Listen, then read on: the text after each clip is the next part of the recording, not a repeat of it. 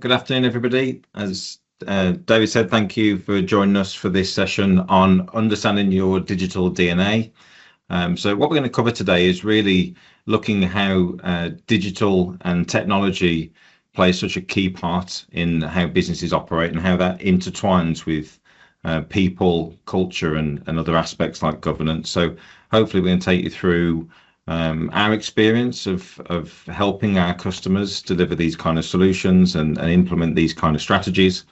And, by getting into the detail, we'll be able to just help you understand what the possibilities are in this area.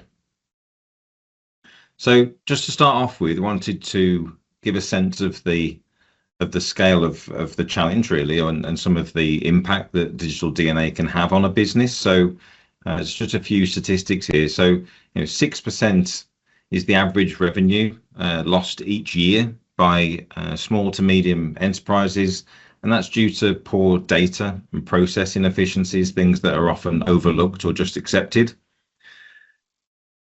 In terms of days and effort, we see 11 days per year per person lost to slow or outdated IT systems and the frustrations that come with that. 19% of UK SMEs actually lose customers due to incomplete or inaccurate data. So it isn't just internally, externally, this also has a massive impact on your business and how you perform.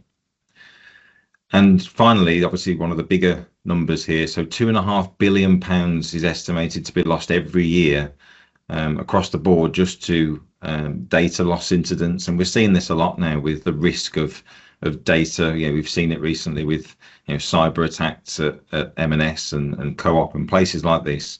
Really, data and how things operate have such a potential to impact your business, in some cases quite catastrophically. So that's just a bit of a flavour of what digital DNA can look like in terms of the impact. But what we're going to cover today, there's a few things we're going to go over. So first of all, we're going to explore a bit more about what does digital DNA mean. We'll then move on to the causes of weak digital DNA before we move into explaining that in more detail. So the cost of what we call silent waste. Now, in our experience, obviously, as a digital transformation partner, we can take you through the benefits of what a healthy digital DNA look like. Before telling you about our way that we typically help people start the journey with a digital DNA test, and then finally rounding off with exactly how you can start that digital DNA journey yourselves. In terms of speakers, so myself, my name is Andy McLean. I'm the Data and Analytics Director at Circyl, and I've spent the last 25 years working across both public and private sector organisations, which has given me a real kind of broad view of how these things can impact businesses with different challenges and different aspirations. The last 13 years I've spent as a Microsoft partner consultant. So again, going in and helping organizations create and implement data strategies, and now increasingly digital transformation strategies that has data at the heart of it. So that wider focus on how you can use a sensible and pragmatic implementation of technology to help further your business. And part of that is what we're talking about today, which is around digital DNA. I'm also joined by my colleague, Rich Asquith, who is Circyl's Commercial and Marketing Manager. And Rich has spent the last 20 plus years really working on the commercial side of how technology can have an impact. He's co-led the development of what we call the digital DNA methodology at Circyl, but he's really got that proven track record across a range of different aspects of technology. So from modern work, cloud, and now increasingly around AI and service innovation across a broad range around across the world, really, specifically in the in Europe and Africa. So just to introduce ourselves briefly, so as Circyl, we are a digital transformation consultancy, and what that means is that we aim to help our customers adopt that sensible and pragmatic use of technology. It isn't about implementing off-the-shelf solutions. It's about looking at you as a bespoke business and what you're trying to achieve, and working out where technology can help further those aspirations and actually make you more efficient. And it's based on 4 key pillars. So myself, My team, we focus specifically around data and analytics. So this is about integrating data from the different sources that you have, typically within any organization, bringing that together for a consolidated view across the business and making the data available for greater insightful analytics and reporting. We also have a bespoke business applications team. So that is around building, as I said, bespoke applications to suit particular business processes. And we build this on the Dynamics platform. Now, Dynamics is traditionally thought of as a CRM solution, but actually it's a highly configurable business platform. So you inherit from day one all of these, sort of the framework of a fantastic and mature solution in terms of security, workflow processes, but it can be highly configured and tailored to your specific needs. And that's where, the business applications team add real value. We also have a modern workplace team. So looking at document collaboration, security, collaboration, also looking at how we can help migrate data into SharePoint migrations, SharePoint intranets, but also how do we help you get the most from the investment you've already made in Microsoft 365. There's so many tools that are already in the toolkit, and really we just try and help customers understand where you've got tools already that you can start to utilize now that can help do things more efficiently. Increasingly now we're starting to help people understand how Copilot can have a massive impact on your business and really start to accelerate and automate a lot of things that were probably being done manually before. And I think there's a real tangible benefit that's starting to emerge with use of Copilot and AI tools. Where a Microsoft technology can't necessarily fit what you need, if it's a more bespoke requirement, we also have a custom mobile and web application development team. And the key thing here is, whilst the interface or the functionality might be more highly custom and delivered through a mobile app or through a custom web solution, it still has to use the same data underneath. And that's the really key thing, making it part of your data strategy to use the same version of your data and provide that consistency across the piece. So 4 different pillars here, all very data centric, all helping solve different challenges within your organization, but all with that same central strategy that underpins it. We've delivered solutions for a whole wide range of customers. So you can see here that there's customers from different sectors of different sizes and different needs and challenges. And I think it's this experience that really allows us to bring that to your project or your particular problem. And on each of these businesses will each have their own unique digital DNA. And this is really key, that our job as a partner and as a consultancy is to get under the skin of your business, work out what that DNA looks like and tailor the right solutions to meet those needs. Okay, so I'll hand over Rich now, who's going to take you through a little bit more about what digital DNA is.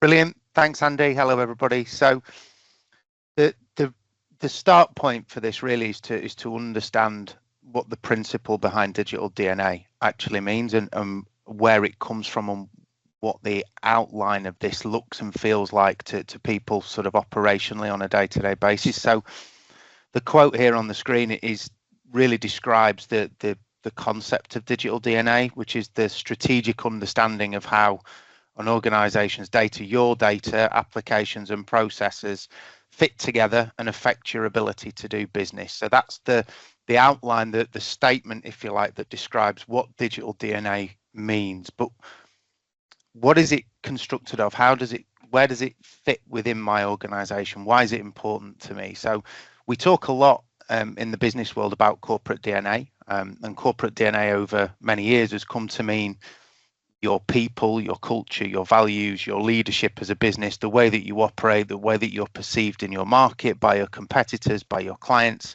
and the values that you stand for as an organization and how you try to position yourselves with your clients.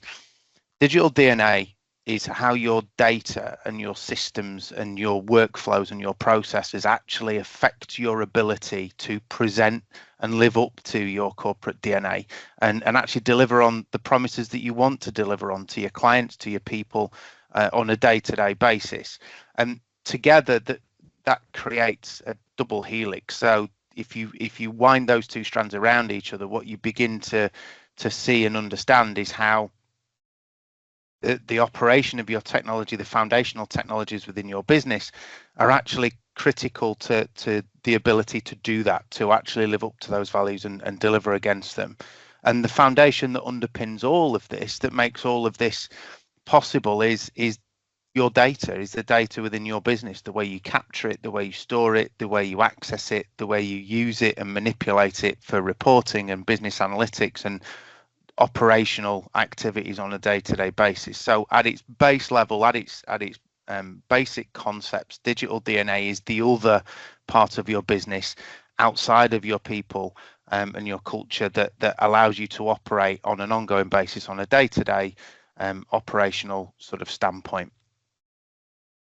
So, but what is digital DNA? What actually makes digital DNA? So these items here are that they're not silos. They're not separate from each other. They're more of a stack. And actually, the more we appreciate that they stand on top of each other and they actually need each other to operate and function successfully, the more we start to understand how our technology is affecting us on a day-to-day basis, how it's impacting our ability to do business. So at the very base level is our data, the raw data that we create, that we capture, that we store in our systems across the business, and what that data actually means to us, what it is telling us today and what it could tell us in the future, depending on how we sort of develop it over time.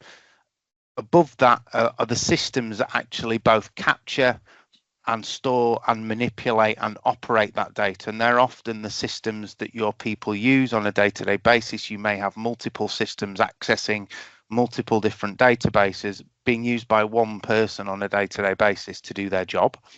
And those systems are critical to the function of your business. You can't live and breathe without them, but they can't live and breathe without the data that they capture, they store and manipulate.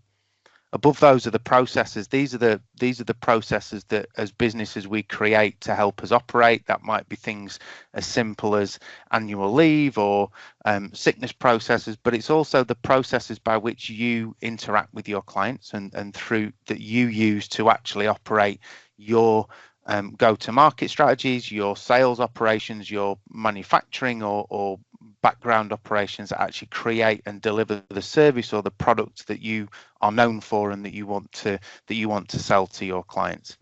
And then finally, above that is the people and the culture, which crosses over into that corporate DNA strand, but it's the way that they actually use those processes, use those systems, and access and utilize the data that you generate and create that's really, really important that to the whole sort of function of digital DNA and also to your business as a whole. And then finally, wrapped around that is governance.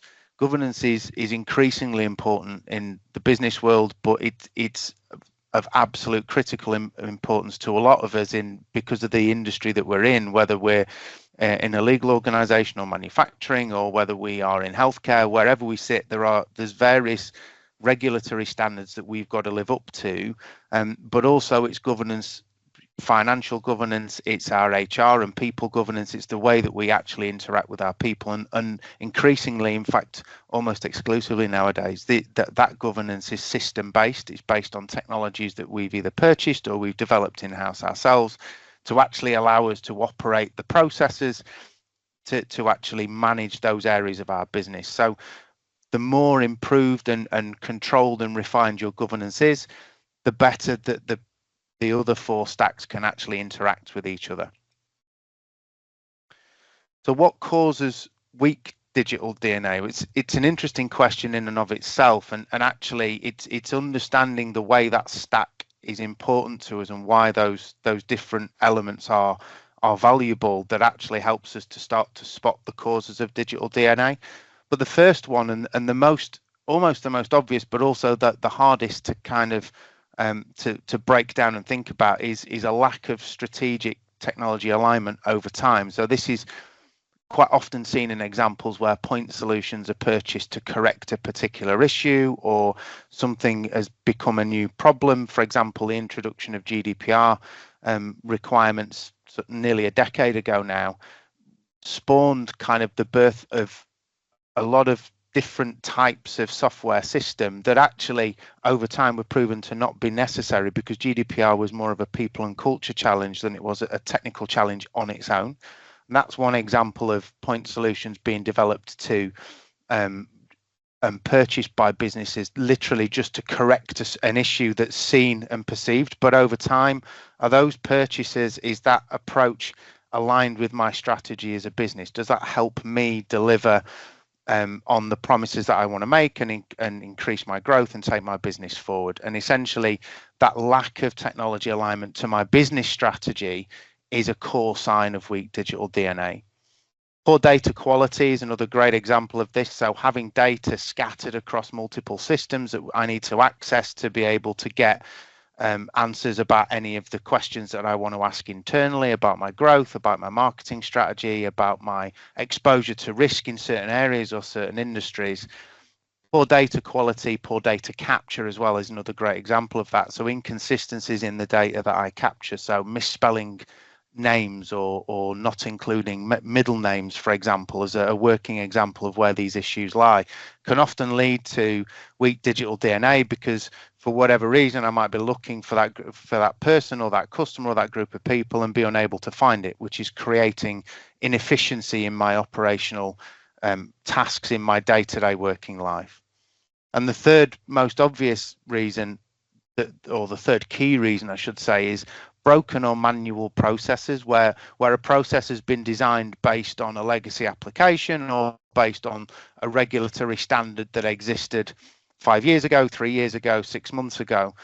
As my business grows, as what I need to do changes, those processes become broken or are largely manual, so are therefore a significant drain on time and efficiency within my business. So having those applications, having that lack of strategic technology alignment, poor data quality and broken manual processes, you combine all those things together, what we're seeing now is a living, breathing example of weak digital DNA. So what does that actually look like? Well, in many cases, not every business has all of these problems, but these are the most common baseline issues with an organization's digital DNA that we see on a regular basis. So to look at a couple of these: unstructured documents being hard to find, stored in file shares across multiple different areas, making it difficult to replicate and use the same standards, the same templates, making it difficult to keep everybody's terms and conditions in a contract, for example, up to date. That's a great example of poor digital DNA. Applications being, whether it's third party or internally developed applications, being separated in silos, so the data that application captures and uses to operate, and your end users, your people use to operate, that data being separate from everything else is another great example of weak digital DNA. So for example, I've got a sales CRM system, but I've also got a finance system, and I'm not actually cross-correlating my sales data with my finance data, so I'm not seeing a full picture of account health, as one working example. Collaboration is another example, and it's becoming much more prevalent. As Andy mentioned, we move into an age of using things like Copilot to help us on a day-to-day basis with completing simple mundane tasks, but my data or my critical information being spread across email threads, being spread across various different file repositories or in Outlook or on file servers, again, is a great example of what weak digital DNA looks like. And fundamentally, it's the lack of connection between these systems and the lack of integration between these systems that actually creates the problems that we see within businesses all the time. And what are the consequences of weak digital DNA? Well, some of these sort of speak for themselves to a degree, but fundamentally, weak digital DNA slows down your decision making. It makes it harder and harder for you to make decisions based on trusted data, because you're constantly asking people to check reports that have been created by extracting data across multiple systems and mashing them together in Excel and trying to create a report that makes sense to people. And that data is only ever at a point in time. It's never actually fundamentally live or close to live. So what I'm not seeing is the most up-to-date information. So by the time I make my decision, that data may already be out of date, or it may slow down my decision-making process. I need to move quickly. I need to make a commercial decision, or I need to make a decision on how I'm going to respond to new regulatory compliance that's been implemented in my market, in my industry. But my access to the data that helps me decide what the impact of that decision is slow and difficult to keep up to date. High cost and waste is a really important one, and we see this a lot. We see examples of this a lot where businesses are losing money almost without realizing it, because the weakness in digital DNA, the weakness in the applications being integrated together and talking to each other, make it hard for them to recognize where those issues lie. So quite often we see that slow decision making, or the actual governance being poor and leading to data leaks and other potentially even security issues. But also what we see quite a lot of examples of is money being wasted maintaining tools that are actually outdated, or are actually becoming more and more cumbersome for them to operate, because they're based on older technologies, and they're not actually keeping my organization in front of the curve, or at the front of the curve of innovation in my industry. And then the final sort of significant consequence is weak digital DNA makes it harder for you to adapt and to scale. So it makes it harder for you to make those changes and make those sort of decisions on a fast basis. But also as your business grows, and also as you expand and you bring more products, or you bring more, you potentially take part in an acquisition of another organization, it makes it really difficult for you to integrate all of that data together, all of those systems and those processes together. Then it makes it harder for you to then make those changes and deploy, the changes that you've made into your systems to enable your people to operate at their most efficient rate. So what do we mean by silent waste? This is something that's, really starting to take its hold, and actually we're seeing more and more examples of this in the industries that we work with and the clients that we work with. So the first one here, wasted revenue. So what we've seen based on research conducted by very well established third-party organizations and the UK government itself as well, actually, what we see is that up to £1 million of annual revenue is lost due to poor data quality, disconnected tools and inefficiency. So at its highest level, for every £10 million of annual revenue that your business turns over, you could be losing up to £1 million of revenue from your bottom line, purely because of this issue of weak digital DNA, disconnected systems, poor manual or broken processes. Operational disruption, we've just talked about that. So up to £200,000 again per 10 million lost, wasted purely on downtime, failed rollouts, having to roll back to an older version of a system because the rollout of the newer version didn't work for whatever reason, and emergency fixes, workarounds, things going wrong, and that emergency fix ends up becoming the way we just do things now, actually creates operational disruption, slows your business down, and causes you a problem and a cost to the bottom line of your business. Productivity loss, again, probably built off the back of the previous 2 points, up to £300,000 lost again every year from that £10 million of annual revenue, purely through staff wasting time, having to redo things, having to go back and recheck reports, recheck data, re-extract data from a system, rebuild the spreadsheet to keep it up to date, and delayed output, the slow decision-making time, actually slowing down your ability to move quickly, move to the next deal, move to the next client, and move your business forward. And then finally, reputational risk. Andy touched on this earlier. It's becoming more and more prevalent. We've seen some high-profile, big enterprise examples of this, but this happens all the time, every day. Customer churn, having to pay out compensation, and make internal recovery efforts to recover your data due to whether it be a security breach, whether it be due to data leakage within your own internal systems, whatever the cause, whatever the reason, we're seeing businesses on average losing over £100,000 a year just down to these simple reasons and these simple sort of cause and effect impacts. So what does healthy digital DNA look like?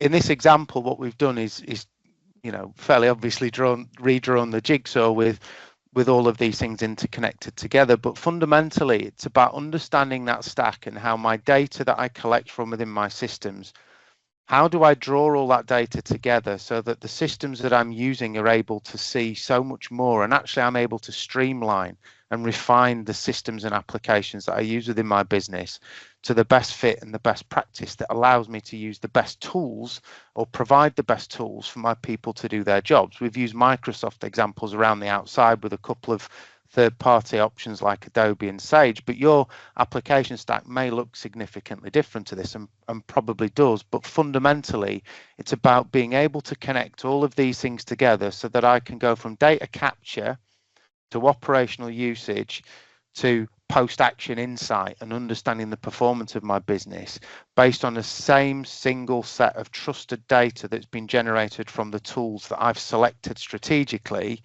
to build into this strong digital DNA and help me to be able to operate on a day-to-day basis in the most efficient manner and drive out that waste, that silent waste that we see in businesses every day. And I think fundamentally the point here is that the more connected my tools are to my data, the more connected my tools are to each other, the easier it is for me to work and for my people to work on a day-to-day basis in the most efficient manner. And the quicker I can make the decisions that I need to make to be able to move my business forward as fast as possible and be as operationally effective as I can. And finally, on this point, I guess, what are the business benefits of digital DNA? What can we hope to see? Where's my return on investment? Where can I hope to see an improvement in my business quickly from acting on my digital DNA and trying to strengthen my digital DNA as much as I possibly can? First of all, we've talked about this. So essentially, it's being able to make faster, better decisions. So when I trust the data that's been generated, that's been captured, that's been generated and manipulated and used by my systems and my people, when my processes are automated or semi-automated on top of that, using that trusted data, and that data is easily shared across teams around the business, now I can act with confidence, now I can act with speed, now I understand the data that's been generated and why it's telling me what it's telling me, which puts me in a position to be able to make quicker decisions, whether it be strategically or tactically, to move my business forward. So I'm not guessing anymore, and we're not working from duplicated reports, and we're not constantly reconciling. I'm not losing people's time to creating that data, those reports, and helping me make my decisions. I'm lowering my costs. Quite often what we find is that by going through this process of trying to strengthen my digital DNA, trying to bring my applications closer together, trying to create a single version of the truth in my data model, what we actually find is that drives cost out of my business, because I don't need as many third-party applications. I don't need application A to do task A and application B to do task B, because actually task A and task B become task A together. What I'm doing here is I'm coordinating strategically across my application suite to allow me to use the best fit application for the tasks that I'm actually asking my business to do. And I'm not having to continually renew licenses on multiple different applications to do single jobs. I'm actually incorporating those jobs together into a tool set that actually answers a lot of my business's challenges all in one place. That helps remove some of the waste that we've talked about, some of the silent waste that we've seen. We're taking that waste away, or we're mitigating the risks of that waste as much as we possibly can. We're minimizing the impact of those losses if and when challenges do happen, because no one's saying the challenges don't happen, but what we're saying is we can mitigate some of the risks and mitigate some of the impact to our business to make it easier for us to manage those risks as and when the challenges may actually happen. And I'm making my people more efficient. I'm making it easier for my people to be better at their jobs, because I'm giving them all of the tools that they need in one place. I'm not having to switch between multiple tools countless times a day just to do my job. I'm not having to copy and paste data across from one system into Excel or from Excel into a system. I'm also removing the risk of things like poor data entry. I'm driving the quality of my data up, which continues to increase the trust that I can have in my data, because now I know what to expect when the data arrives at my level. I'm also increasing the ability of my business to be flexible, to adapt to changes, to adapt to the changes that actually come out of, whether it be regulatory compliance, whether it be a change in my market, whether it be a new product that I want to develop, a new idea that we want to productionize and put into the marketplace. I'm making it easier for my business to adapt to that. I'm creating a set of tools that allow us to move more strategically forward, but actually allow us to do that in a way that it is adapting to change around us, not just change within our business. And on the same point, the ability to scale my business out, the ability to grow is much easier because I can adapt to the change that growth brings, because my tool set is much more aligned and well configured together, but also my data is in a healthy position, so I can incorporate new data, whether it's by acquisition or whether it's by pure organic growth. I'm actually able to incorporate that into my model and into my tool set, because that stack is all connected together now, and it's all talking to each different layer is talking to the other. And then finally, and potentially most crucially, I guess, is stronger compliance, stronger governance. So the ability to govern how my business operates, and again, talking about the regulatory compliance that we may have to adhere to, the ability to answer audit questions, the ability to provide audit trails for change, whether it be for manufacturing compliance, whether it be ISO accreditation, whether it be, creating agricultural feed and being able to prove that it's been tested by the right people. Having all that data to hand in a single system rather than having to bridge across multiple systems allows me to be much more confident in my compliance with the regulations that I've got to stand in front of, and my internal governance as well, making sure that we're not accidentally sharing company confidential data outside, making sure that we're enabling our people to trust the processes they're following, and it's not leaving my business exposed. It's not exposing me as an employee of the business to risk, because I'm operating within a process that's properly governed by the systems and tools that we've put in place. So that's an overview of what digital DNA looks like. The next question is, how do I, as a business, how do we as an organization, how do we start to understand what the strength of our digital DNA is and what we can do about it if we've got weaknesses, if we've got risk areas? What kind of steps can we actually take to try and counteract that and try to start to move on to this journey and start to move forward with this journey? So Andy's going to talk you through something that Circyl of a digital DNA test that Circyl have developed that allows us to help you understand that. Yeah, thanks, Rich. So hopefully from what you've heard from Rich's slides resonates, probably things that maybe you see within your own business, areas that you feel that you've either discussed internally that you could improve, or maybe this has shown that there's an opportunity to improve here and there is a better way to do things. And I think quite a reasonable question is to ask, well, how do I start then? What's a good starting point? And this will vary from business to business. So in our experience, our customers, some people know exactly where to start. Other people maybe want some external advice based on our experience of what would be a logical place to start. And I think what's really important is to understand that the scope of this can be quite flexible. We've had examples where certain customers have known that there's a particular department or group of departments within their business that either has some particular pain points or would really have a much more beneficial outcome from something like this, where it's going to have a bigger impact on the business. So you really can start as small as department level, but also other customers have tried to get under the skin as early as possible about how this affects the whole business. So we developed this digital DNA test, which allows us to effectively come into your organization and conduct effectively a 4-step process.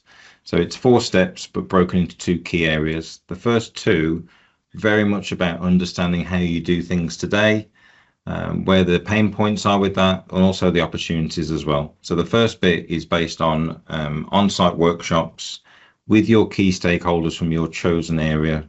As I said, this can be one particular area, it could be a few teams in the business, it could be the whole business, but ultimately meeting people, understanding the people, the culture, the processes, how you do things today is really key for us to be a really strong starting point for what the opportunities are. The second bit then is to assess that. So it's about understanding the data that you have available, the systems you have in place, the processes that you follow, the governance that you have in place already, and the people and the level of technical and data maturity that exists within the business. So these two things combined allow us to understand your current state. From then, it's the sessions also evolve into an aspirational conversation. What would have the biggest impact for us? Because with any of these kind of engagements, you want it to have a really big impact for the business as early as possible. So understanding what you're trying to achieve, that current digital maturity level and how you get to where you want to be, understanding what those priorities look like and what would have the biggest impact for your business is really key. And we play that back to you in terms of what we've understood, but also where you want to get to. And then the final bit is about that roadmap. So these things aren't typically implemented. It's not a quick fix. You don't change or enhance your digital DNA overnight, but it doesn't mean that you can't have a quick benefit either. So it doesn't have to be a long project, but you can start to have small iterative successes that get you there in small phases. And that's where the roadmap becomes key. So it maps out what we believe, based on our experience, is your best roadmap to get you from your current state to your target aspirational state. And that is based on short, medium, and long-term objectives, quick wins, things that can get people on board, because ultimately whatever's put in place has to be wrapped around with people, adoption, training, and the people challenge or the people change as much as the technological change as well. So it's a really good way for us to understand where you're at, but really give you that guidance of how to get there, and that you can use then to try and drive the business towards improving that digital DNA. So we're almost at the end, and we're going to throw it open to questions in a moment. Thanks, Andy, by the way. But I guess the last point and the last slide from me really is just to a bit of a call to action in a sense, and how would you actually start to engage? How would you speak to us? So obviously you're more than welcome, as you know, we're a sister company of Quiss. You're more than welcome to speak to us directly, but typically we see that the relationship's really strong when all three of us are involved in the conversation, and it really helps. So we're more than happy for you to approach us through the guys at Quiss. It's not an issue to consult with us through that sort of channel.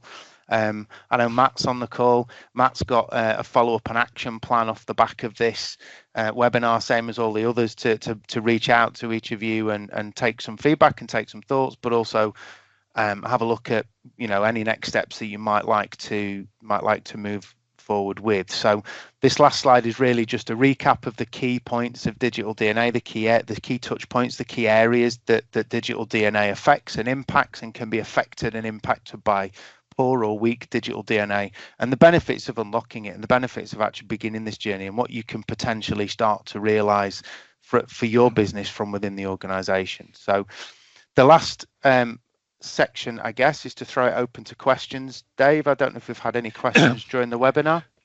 I've got a few questions, to be fair. It's always good to start off, isn't it, as such? I know we're working on several pieces of work with you guys as well. Do you find there's like a trigger event for a firm to engage to understand their data? It's an interesting question, and Andy can probably answer this one as well. But I guess if we're talking about specifically digital DNA or spotting the signs of weak digital DNA, I guess that it's those inefficiencies. It's the sort of silent waste, I guess. It's the recognition that actually we've got a lot of manual processes in our business. A lot of the things that we do when we create a new account, or we create a board pack for reporting, or when we send engineers out to site, or when we create a new file set, we're manually creating directories, we're manually creating files, we're manually copying and pasting files and documents and templates and content over.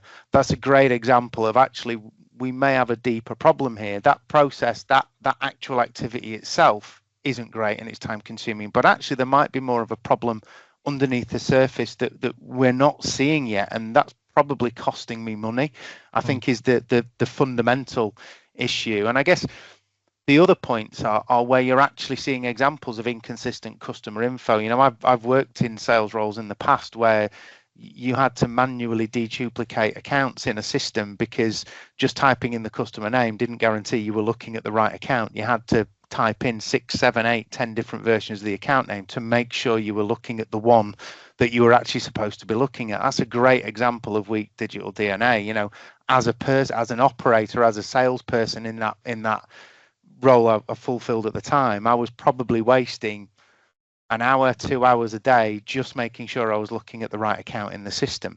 So that's a great example of poor digital DNA and a great sort of signpost, I guess, to trigger that initial conversation.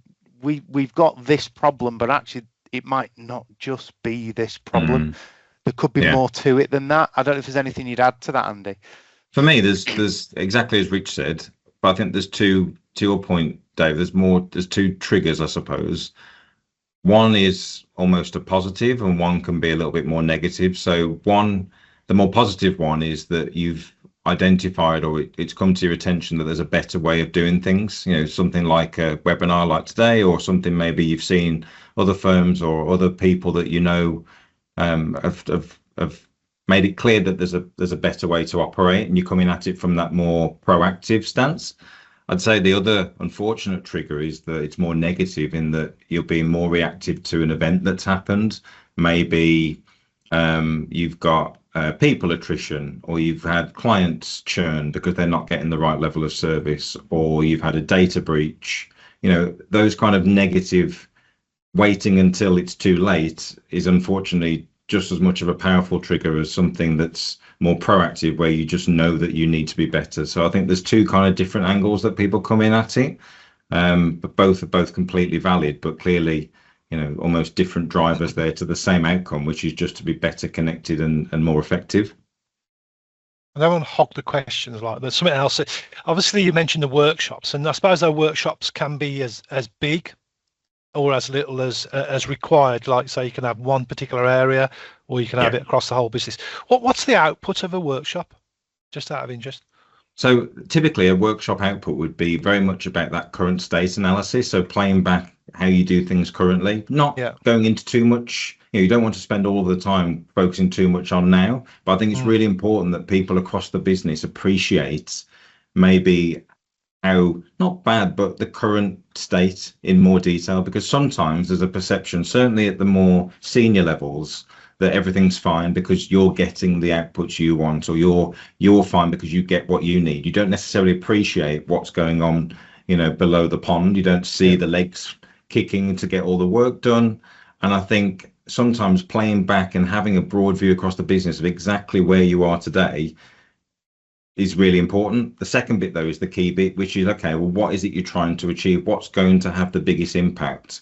And how can we measure that? And what does that look like in reality? Because it's all well and good having aspirations, but you need a structured plan to get you there. And that's where the roadmap comes in. So after the discovery and the understanding what you are and what you want to be, then that's where, you know, a partner like Circyl, along with Quiss, is very much about how can we get you there in small incremental steps rather than trying to bite too much. We've all seen these kind of initiatives or projects go awry when they're trying to be too big too quick. And I think it's making sure that you've got a sensible plan to get there that can be adopted and makes it clear to people what the advantages will be.